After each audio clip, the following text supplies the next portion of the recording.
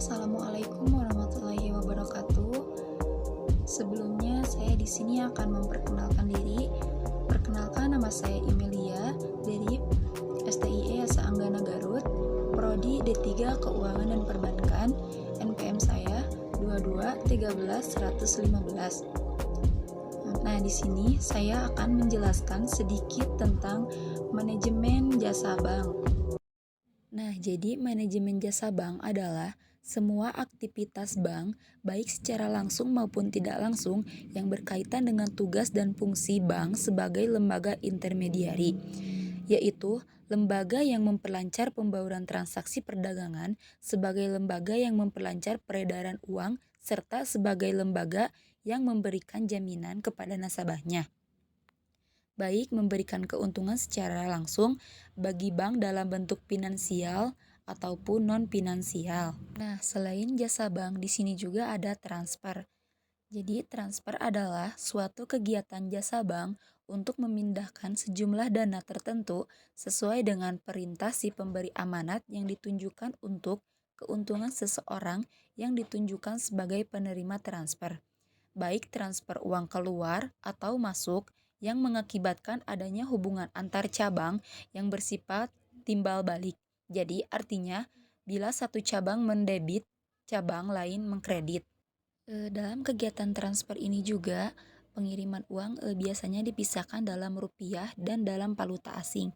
Baik menurut valuta maupun cara pengiriman tergantung dari permintaan pengirim yang tentunya akan mempengaruhi biaya-biaya yang dipungut atau tersedianya saran pengiriman. Lalu di sini ada keuntungan dalam melakukan transaksi transfer. Yang pertama itu ada menghemat waktu, lalu yang kedua lebih aman. Jadi aman dalam melakukan transaksi transfer tersebut. Lalu yang ketiga juga tidak perlu modal. Yang keempat tidak ada biaya menerima. Dan yang kelima dana langsung tersedia. Yang keenam relatif mudah. Jadi mudah dalam melakukan transaksi transfer. Yang ketujuh, jarang ada transaksi palsu. Dan yang terakhir, tidak ada biaya membayar. Jadi kecuali transfer beda bank atau beda kota. Nah, di sini juga ada beberapa cara untuk melalui transfer. Yang pertama ada transfer via ATM.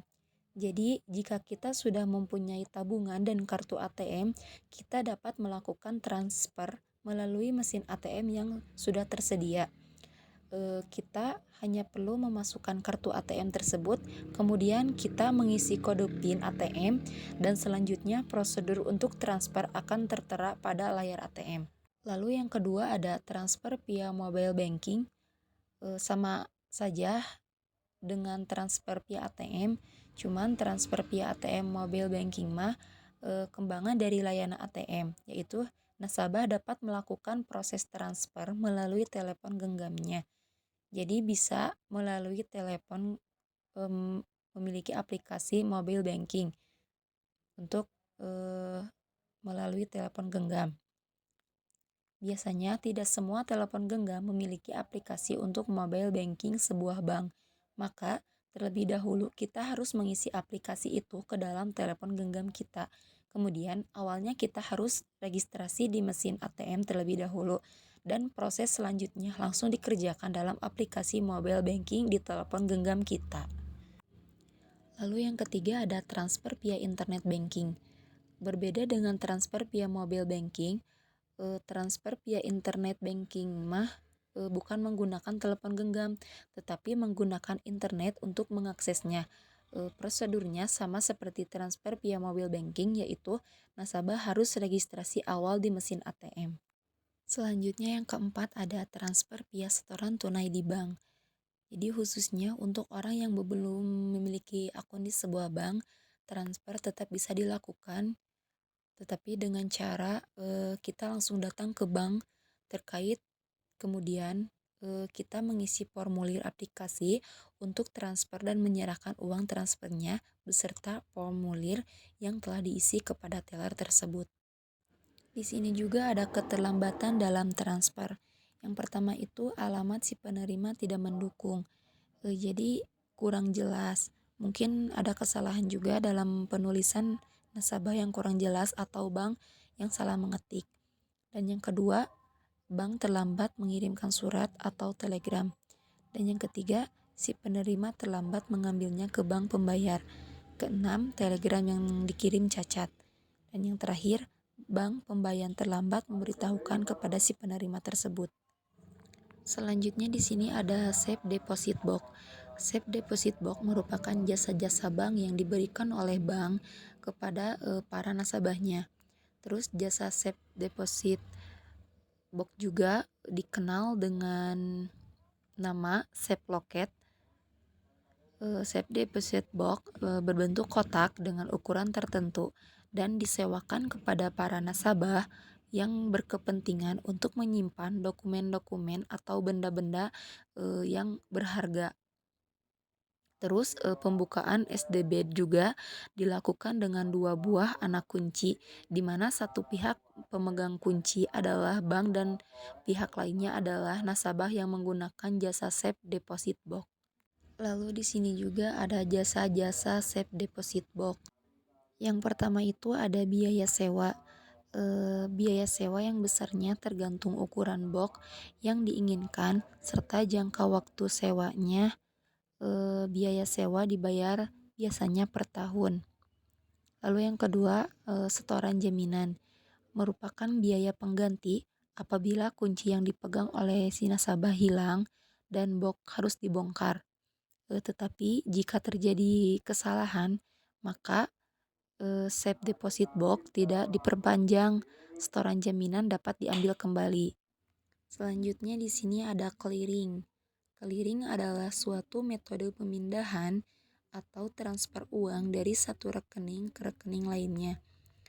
Clearing juga memiliki sarana perhitungan utang piutang dalam bentuk surat berharga maupun surat dagang dari bank milik nasabah yang sudah digelar oleh Bank Indonesia atau pihak resmi lainnya.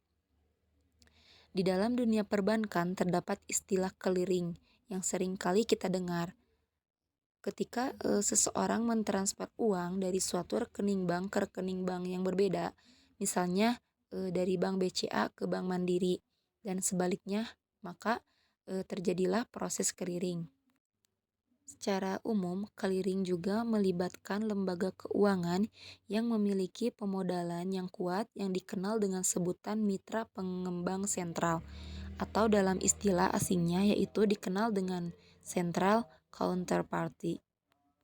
Selanjutnya di sini ada jenis-jenis clearing. Yang pertama ada clearing lokal. Jadi clearing antara bank peserta clearing di suatu wilayah tertentu. Lalu yang kedua clearing devisa. Perjanjian bilateral untuk menyelesaikan perhitungan utang piutang melalui bank sentral negara masing-masing. Lalu yang ketiga, bank peserta clearing. Bank peserta clearing adalah bank umum yang berkedudukannya dalam suatu lingkungan tertentu yang memungkinkan bank-bank tersebut memperhitungkan warkat-warkatnya dalam jadwal clearing yang ditentukan. Lalu ada kartu kredit. Kartu kredit adalah suatu kartu yang memberikan hak kepada pemegang atas penunjukan dari kartu itu dan dengan mendatangi formulir rekening pada suatu perusahaan dapat memperoleh barang atau jasa tanpa perlu membayar secara langsung. Kebanyakan masyarakat mengartikan kartu kredit ini sebagai kartu yang pada umumnya dibuat dari bahan plastik. Tetapi dengan semakin pesatnya perkembangan dari pemakaian kartu kredit sebagai metode transaksi pembayaran pada saat ini, maka sangat perlu untuk mengetahui apa arti sebenarnya kartu kredit tersebut. Lalu di sini juga ada jenis-jenis kartu kredit. Yang pertama, sudut pandang penerbitan. Yang kedua, sudut pandang tujuan. Dan yang ketiga, sudut pandang fasilitas. Lalu kartu kredit juga memiliki keuntungan. Yang pertama, keamanan. Kedua, praktis. Yang ketiga, penggunaan internasional. Yang keempat, kartu kredit dapat dipakai untuk menarik uang tunai. Kelima, mendapatkan angsuran perjalanan. Dan yang terakhir, pembayaran yang fleksibel. Lalu di sini juga ada syarat-syarat untuk memegang kartu kredit. Yang pertama, aplikan berusia 18 sampai 65 tahun. Jadi jika kita sudah berusia 18 tahun, kita sudah bisa memegang kartu kredit tersebut. Lalu yang kedua, pendapatan yang memadai, tergantung kepada jenis kartunya. Lalu yang ketiga, mempunyai masa kerja minimal 2 tahun untuk karyawan. Dan yang keempat, melampirkan dokumen-dokumen penunjang seperti KTP, SIM, paspor.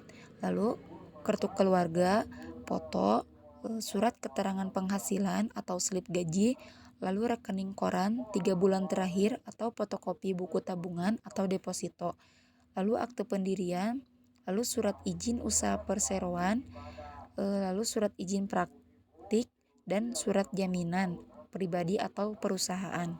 Lalu ada ATM, anjungan tunai mandiri, yaitu ATM adalah faktor penting dalam menarik daya pikat nasabah.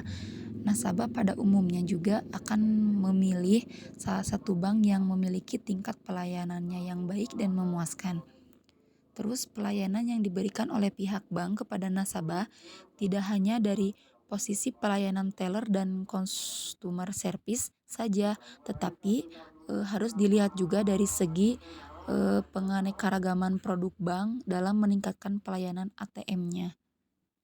Terus ada kepuasan nasabah dalam bertransaksi melalui ATM. Yang pertama, kemudahan pengguna jasa perbankan. Lalu yang kedua, keluasan waktu pelayanan. Yang ketiga, kecepatan dan ketepatan pelayan. Yang keempat, keamanan pelayanan. Dan yang kelima, keanekaragaman jenis pelayanan. Lalu pembentukan ATM. Yang pertama, untuk meningkatkan pelayanan. Yang kedua, untuk menunjang bisnis retail. Yang ketiga, untuk menghadapi teknologi informasi perbankan antar bank. Yang keempat, kebutuhan masyarakat dan keterbatasan waktu. Dan yang kelima, sebagai sarana promosi. Mungkin sekian penjelasan dari saya. Mohon maaf bila ada kesalahan karena saya di sini masih tahap belajar. Assalamualaikum warahmatullahi wabarakatuh.